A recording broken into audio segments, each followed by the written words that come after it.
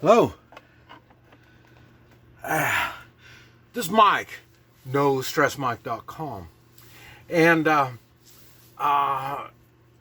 did you notice the snow? I mean, it's a nice, big, pretty flakes coming down. And it's 34 degrees. So it's not bad, and it's not sideways snow. So, I mean, it just falling down nice and pretty. And so it's really nice. And it's, March 18th. And so I think spring is either here or getting close. But anyway, wanted to let you know, boy, I had a great day yesterday. There was, I got to babysit. Well, you know, that's not the way to, that's the only way I know how to say it. One of my grandkids, my youngest grandkid, and it was 13 years old. And of my this grandchild got all grandsons. They're all grandsons. 13, 14, 15. And this one is the one closest to being like me. And he's what, third degree black belt. And it's neat. I've been able to go watch him work out and do demonstrations and this type of stuff. So I've seen what he's capable of doing, and it's interesting because now, as I'm getting older, it's getting harder for me to do a lot of stuff. So I've been slowly giving him my kind of stuff, my katana, and he had one, a shorter one, and he was using that, but he was impressed with mine. And mine's got my name on it and ready to go. And I say, I used to work out with it quite a bit, but things have changed. I've been getting older. And the thing is, it was, what's really interesting about this grandson is he's kind of studied wars, the different wars, and he likes the weapons, how the weapons have changed through the years and this type of stuff. And it was funny, I mentioned look at the videos from Ukraine, and just that's all. Just look at the videos and look and see what you see, and it's just you will see refugees, see what the refugees do, see how they're able to cope, and this kind of stuff. And this gives you an idea what you need to prepare for. Prepare for them coming to you. Prepare for you, maybe one of them. And I say, I've been one of them. And I've been having them come to me. And so I understand what's going on, but it's good when you can see this stuff.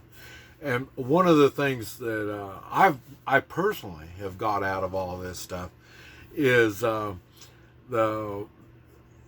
javelin and the stingers.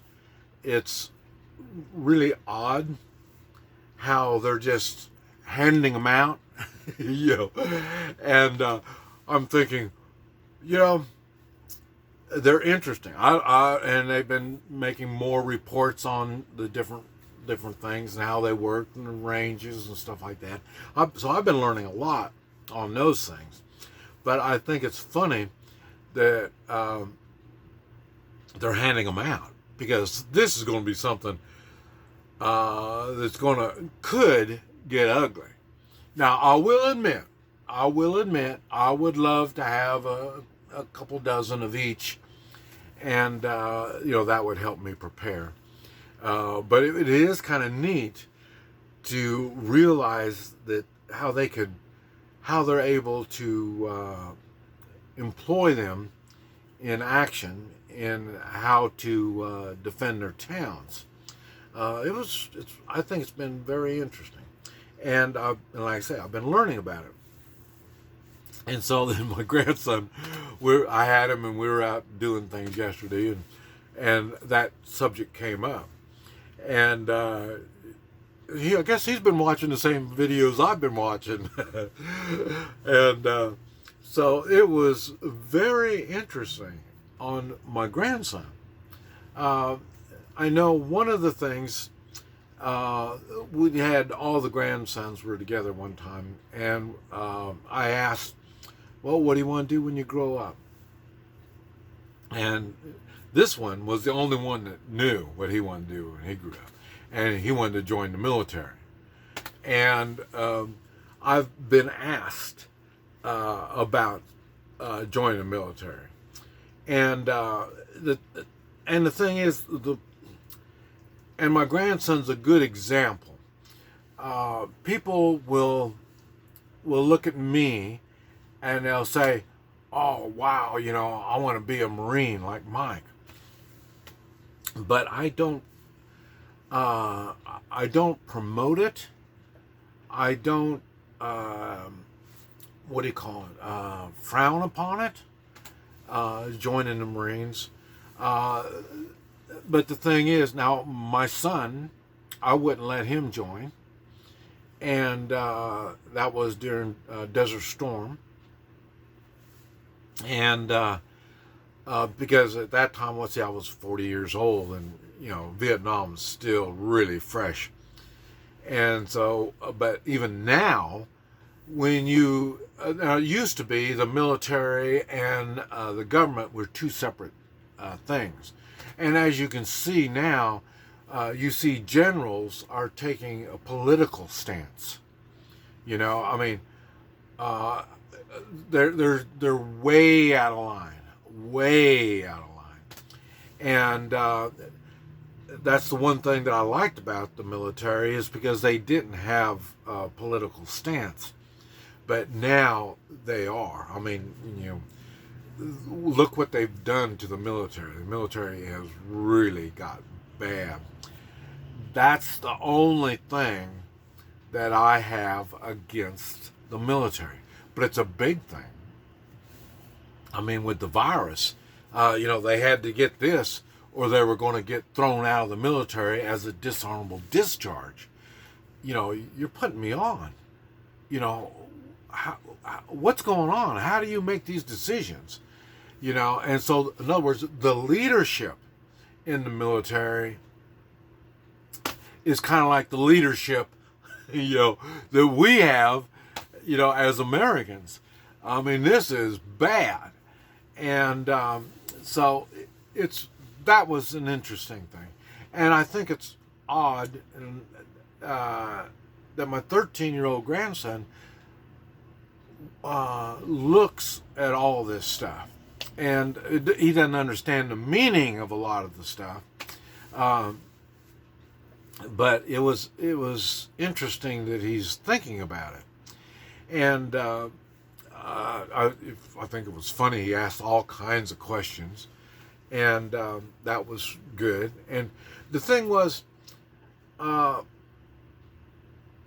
I had a couple of my weapons that I took with us, and we stopped at a creek, and we shot at the creek, and so he could see, boy, Grandpa's weapons are different. They're the same like everybody else's, but they're different.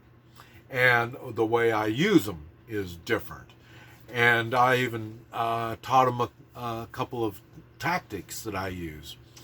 And I'll tell you, one was real funny. And this one, I do this all the time when I'm doing when I'm the travel companion, and because I want people to know we are going to be in dangerous situations.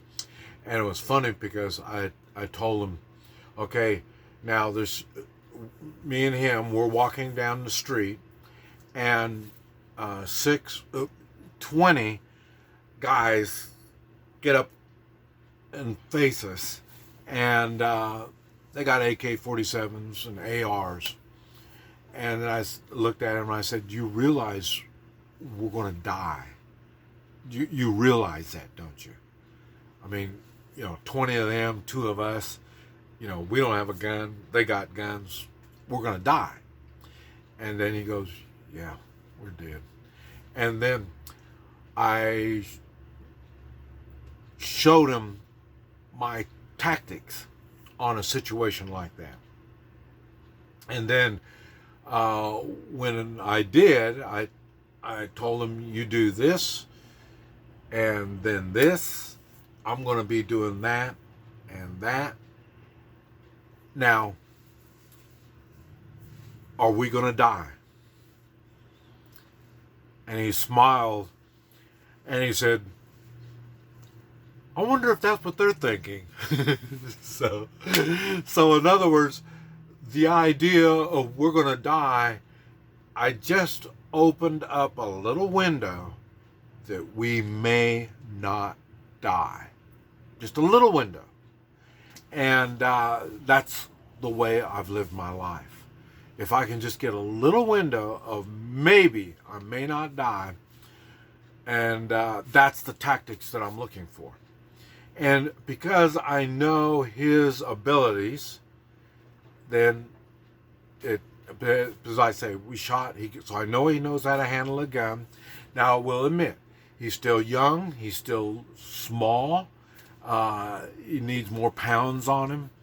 And like I was telling my daughter, his mother, I said he needs to have once or twice have, half a dozen guys beat the hell out of him. And then he may be able to go with me. And then she said, boy, I'd like to take him to Guatemala because to show him what real life is all about. And then I said, now don't forget, I'm going to the Yucatan for Christmas. And he's more than welcome to come with me. And then I can meet you in Guatemala. And it was funny. My daughter says, no, he's not ready for that much. So I said, well, if nothing else, I can put him on a plane and fly him back. Or I can bring him back. And then he get twice as much fun. And it was funny. It was real funny. But anyway, I thought I'd share it. It was it was the first time that I was with my grandkids. Because like I say, when you get married, you start a new life. And we didn't want to interrupt their new life. Our kids knew what we were. And so if you have any questions, just ask us. And but we stayed away from them. But it's not like, they're contaminated or nothing like that. I mean, we were ready to go out to eat. And, we would love to spend more time with them, but we wouldn't do it. We let them dictate the time that we spend with them. But anyway, I just thought I'd share that. This is Mike, NoStressMike.com.